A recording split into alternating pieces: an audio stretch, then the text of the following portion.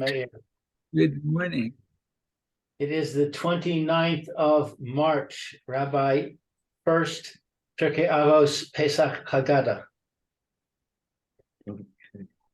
Very good. As we just mentioned, the Pesach Hagada, we're now coming to one of the most important parts of the Hagada, the statement of Rabbi Gamliel. Mary, you want to repeat that for Lou's benefit there? Just let's repeat that. Okay, it says Rabban Gamliel Haya Omer. Rabban Gamliel would say, Kol shalosh amar shlosha devarim elu ba'Pesach lo yatsa yidei chovato ve'elu hein. So whoever would not say these three things on Pesach would not fulfill his obligation. And these are them. Okay. Now it's interesting because it says Kol Shalo Amar. And you translated it correctly. Anyone who does not say. But my English says anyone who's not explained. And I think I know why they translated that way, because that makes a lot more sense. But I wonder, why does it say Amar and not a word that's more like explained, like the Saper or something like that? Well, I think that again, this is a statement from the Mishna. If we take a look, maybe take a look at it later. It's actually a statement from the Mishna. Rabbi Gamliel's statement is an actual Mishna in Pesachim. So he mentions these three things: Pesach, Matzah, Murim, and they have to say Al Shumar. Al Shumar is given the explanation of these things, right? So I think they did a disservice in the translation, because in the actual statement of Rabbi Gamliel, you know that it has to be an explanation of these things, not simple lip service to mention these things just in passing.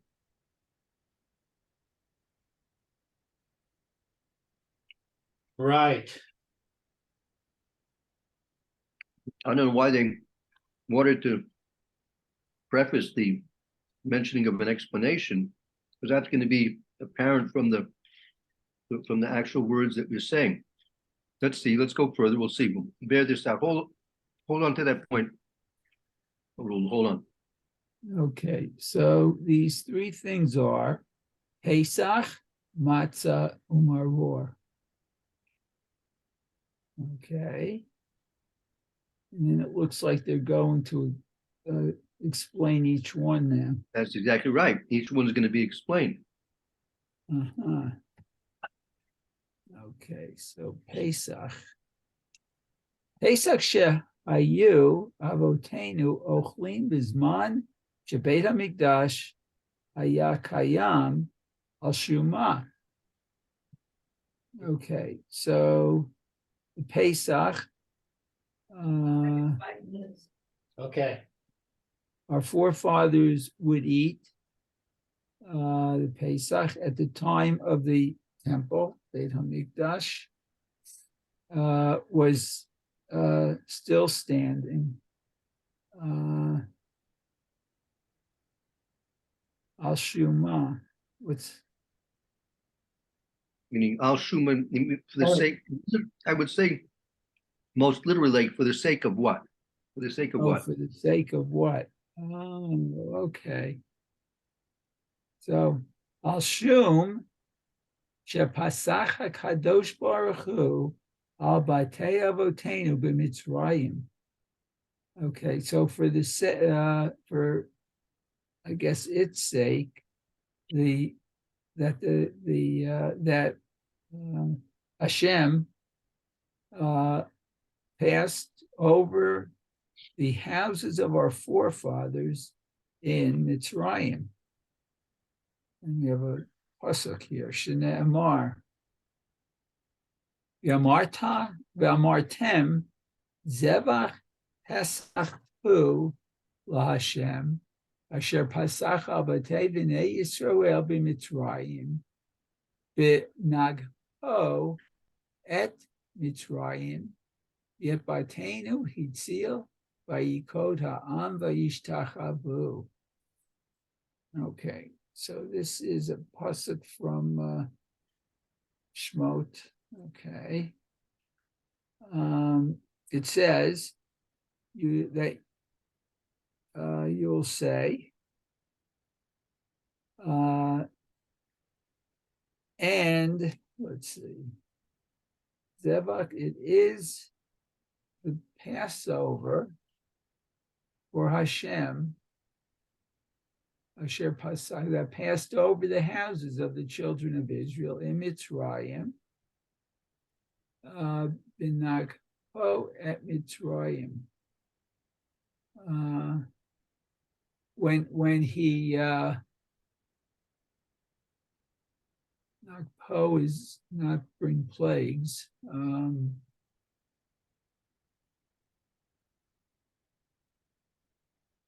I guess when he attacked Mitzrayim and our houses were saved. Yitzil, Vayigdom, and the people bowed, let's see, bowed down and Yishtachu, and guess- the two, they bowed down and prostrated. so it's like the bowing down like on Elenu when we bend our knees and then we we bend over a bit more. Right. Well, not to Korim. Korim is to bend over. In Ishtachavet is that Ishtachavet is more of a prostration. Uh-huh. Actually, but here Yikod is a very strong form of frustration. That and also I wanted to go back that word Benagpo. Right. So the shorish is the same shorish as the Magefa. So he struck in Mitzrayim. He struck. Hashem Pasach al Bati Yisrael b'Mitzrayim, that Hashem passed over the houses of the Jews in Mitzrayim, b'Magpo when they were stricken the Egyptians, when the Egyptians were stricken, meaning simultaneously in the same moment that the Egyptians were being struck down, the firstborn, the Jewish houses were spared.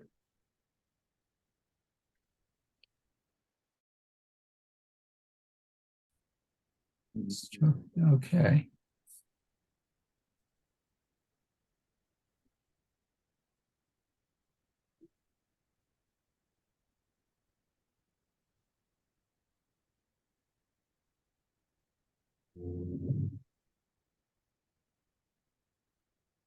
So we have to think a moment about.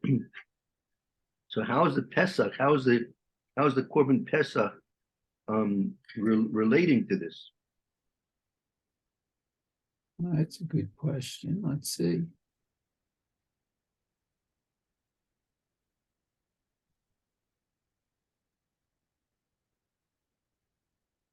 Well, we know from the Torah that the wasn't the Korban Pesach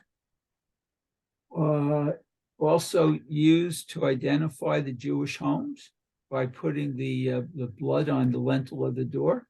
Yeah, and that was the Dam Mila and the Dam Korban Pesach. Correct, right.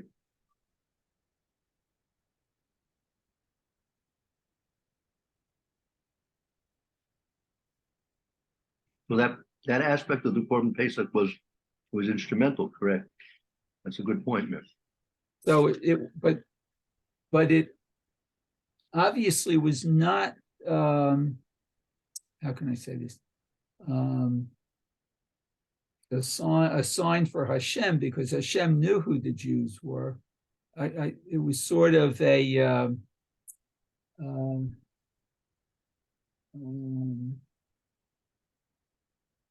for the Egyptians to realize why the Jew or that the Jewish, specifically the Jewish homes were not struck, but theirs were.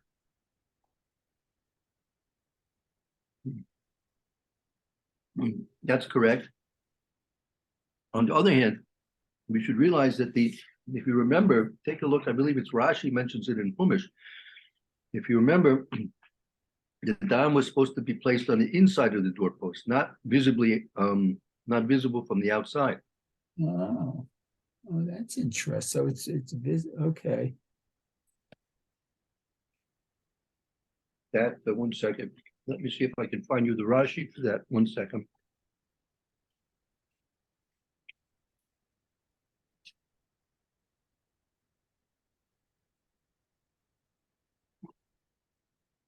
When is this? Actually, that would help my explanation a little more. In what way? Go ahead. Because then the Egyptians didn't know what the Jews had done, but the Egyptians' homes were still destroyed and the Jewish ones weren't. They must have been frustrated about that. Yeah.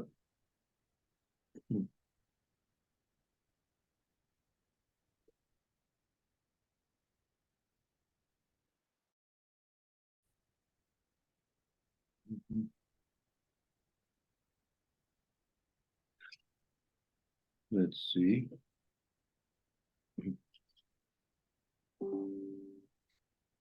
Let's see. Yes. Okay. Oh, let's see. I think this is it. Just give me 1 second. Oh, yeah. If you want to take your Chumash with Rashi, take your Chumash with Rashi. Look in Shmos Perek Yud Beis. Okay, hold on. Let's see. And Pasuk Yud Gimel. Yud Beis Yud Gimel.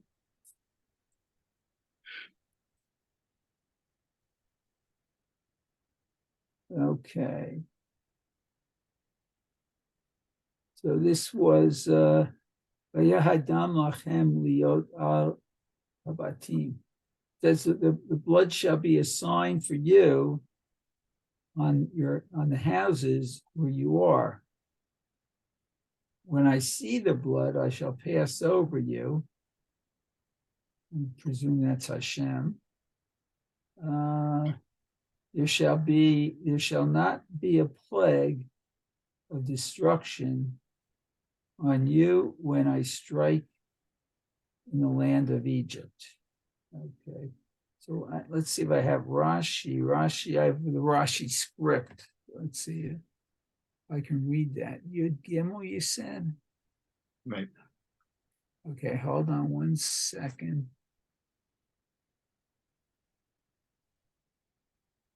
Having difficulty locating. Hold on 1 second. I see bet. Why would bet be there? Oh, okay. I found Yud Aleph. That's a good sign. So now I have to find Yud Gimel.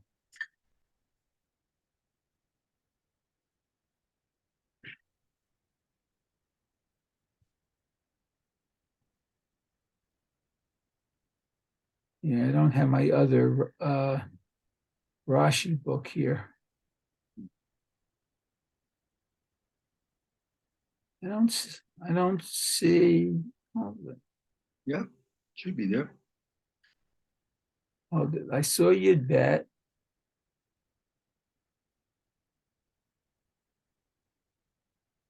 I see Tet Vav. I mean, I agree with you. It should be here. Here, Yud Gimel. Okay. V'hayadam lachem liot. Okay. So the blood would be for you a sign, liot. It says, Lachem Zeot or Liot. I don't know if that's a Lamed or I think it's a Lamed, Liot. Okay, Lachem Liot, Velo Le Acherim, Liot. The sign is specifically for you, and it's not a sign for anybody else. Okay, and that's the Mechilta. Okay. And then it says Mikan, Shelo, not new Hadam, Ella, bit, no, not bit, Should be bifnim. Bifnim. Oh, that's inside? Right. Oh, okay. Okay, then the Rashi goes on, Oh, that's okay. That's the main point for this for now here. Oh, okay. But the next statement shows that Hashem saw the blood. Yeah, for sure. Okay. Wow. Very good. Right. So it was not visible to the Egyptians, and it was simply Hashem wanted to know those who were doing this, observing the mitzvahs that he commanded for that night. If you want,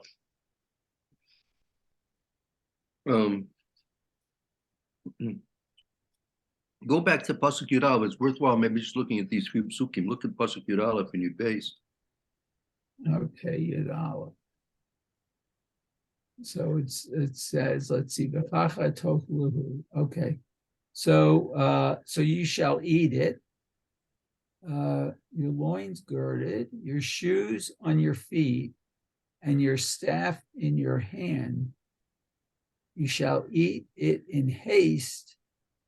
It is a Pesach offering to Hashem. Okay, and Yud Bet is Viavartis. So I shall go in the land of Egypt on this night, and I will strike all the firstborn in the land of Egypt, from man and to the beasts, to the animals, behemah, v'chol Elohei Mitzrayim, and all against the gods of Egypt, and E'eseh Shvatim Ani Hashem.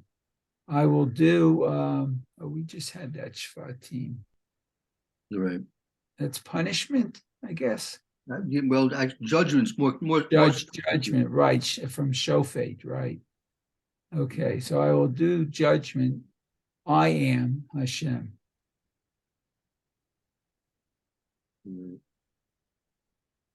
So a quick question. I mean, these are very strong statements that Hashem is making. What I'm wondering is why only 20% of the people decided to leave Mitzrayim, and the others stayed. Right. That's a very good question. I mean, it's hard for us to imagine.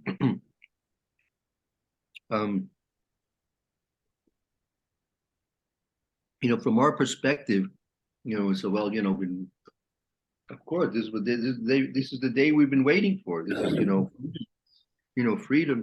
Everyone's screaming freedom.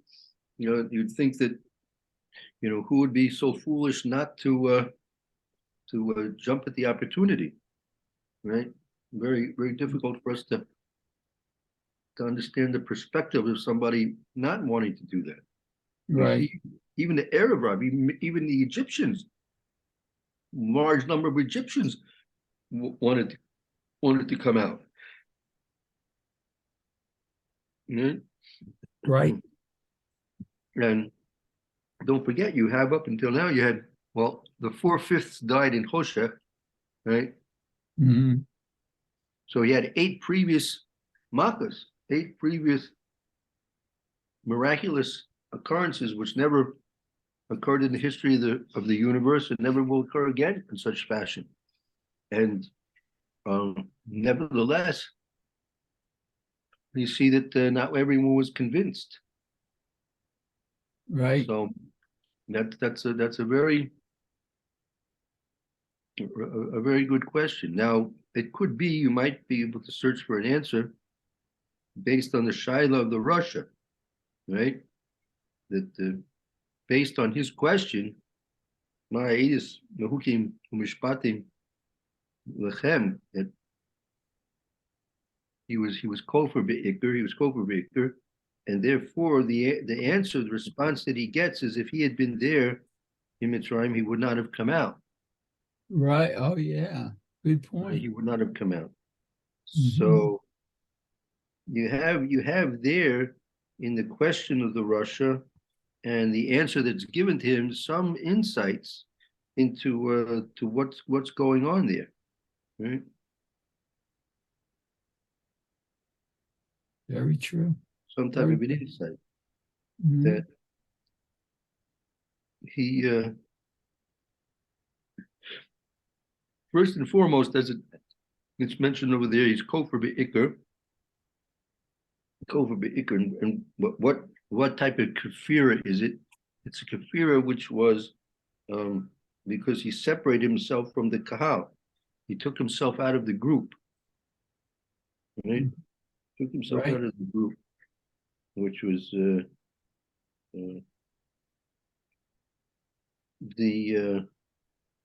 the whole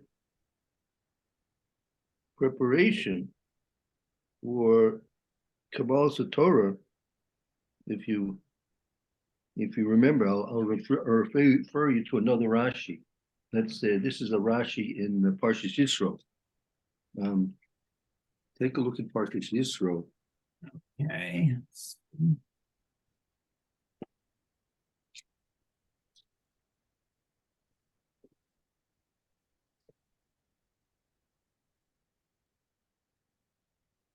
Um, 1 second.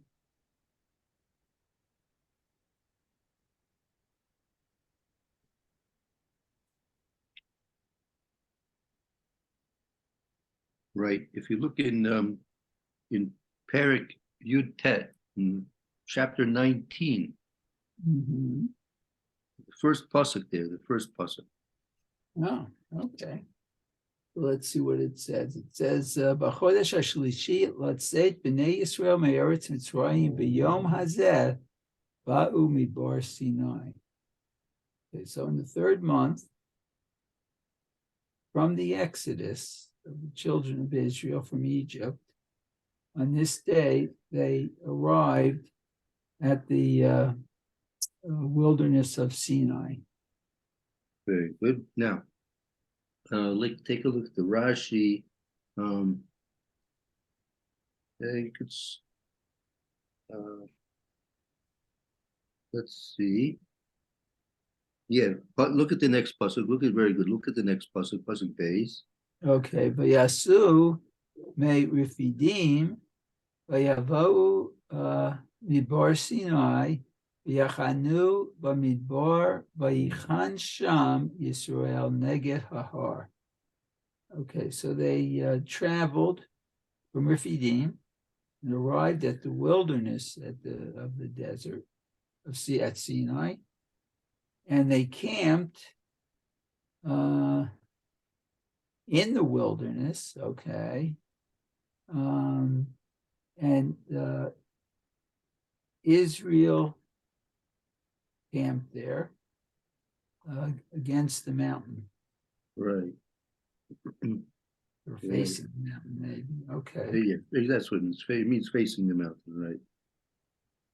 So look at the Rashi, the second part of the Rashi, V'yachein Sham. Okay, 1 second. Oh, amazing, I found it right away. Yached Sham Yisrael. Ish Echad Ulev Echad. So that's each person, right? And with each part, I guess, with his Right, each person, the whole of the Klal Yisrael, because it's in Lashon singular. V'yichein Sham is Lashon singular, right? That Mhm. ki ish echad b'lev echad, the whole nation was unified. Ki ish echad, like one person, b'lev echad, with one mindset, with one desire. Ah, okay. So you see, this was preparation. This was a prerequisite to Kabbalah Satorah, right? That there had to be a nation, a unified nation, right? And the Rasha, as we explain in our answer to him, he was part from the tzibur. He was yotzim in the cloud, right? And that's the reason it was given. Had he been in Mitzrayim, he would not have come out, because again, the whole point of Yitzias Mitzrayim is that we should be able to come and accept the Torah at our Sinai, and then from there go into Eretz Israel, that Hashem should keep his promise to Avram Avinu, that he made the promise at the bris bein Besarim. So the necessity of a unified nation was imperative, and the Russia was not going along with that program. Right. He had a different agenda, and since he had a different agenda, so he would not be able to come out of Mitzrayim. So what can we say about the 4/5 that did not come out of Mitzrayim?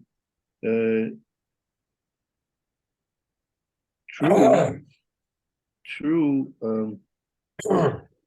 that this is the moment that we've all been waiting for. This is the moment of our freedom that we've been waiting for. Nevertheless, what we call in Hebrew bitul atzmi, like a self nullification, right? The nullification of self, right? Mhm. Which was obviously necessary for the Kabbalah Satorah for Yitzias Mitzrayim. That maybe we shouldn't underestimate the difficulty of that process. Mhm. Not everyone is able to give up, especially on their own self.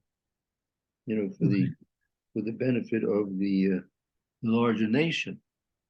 So that could be a partial answer to what happened to all these many people that apparently, after, as we said, the 8 Makkahs, they would probably be now expecting the freedom that they've been hoping and praying for so long, should now, it's on its threshold of happening, and they simply didn't make the proper attempt for some reason. Yeah.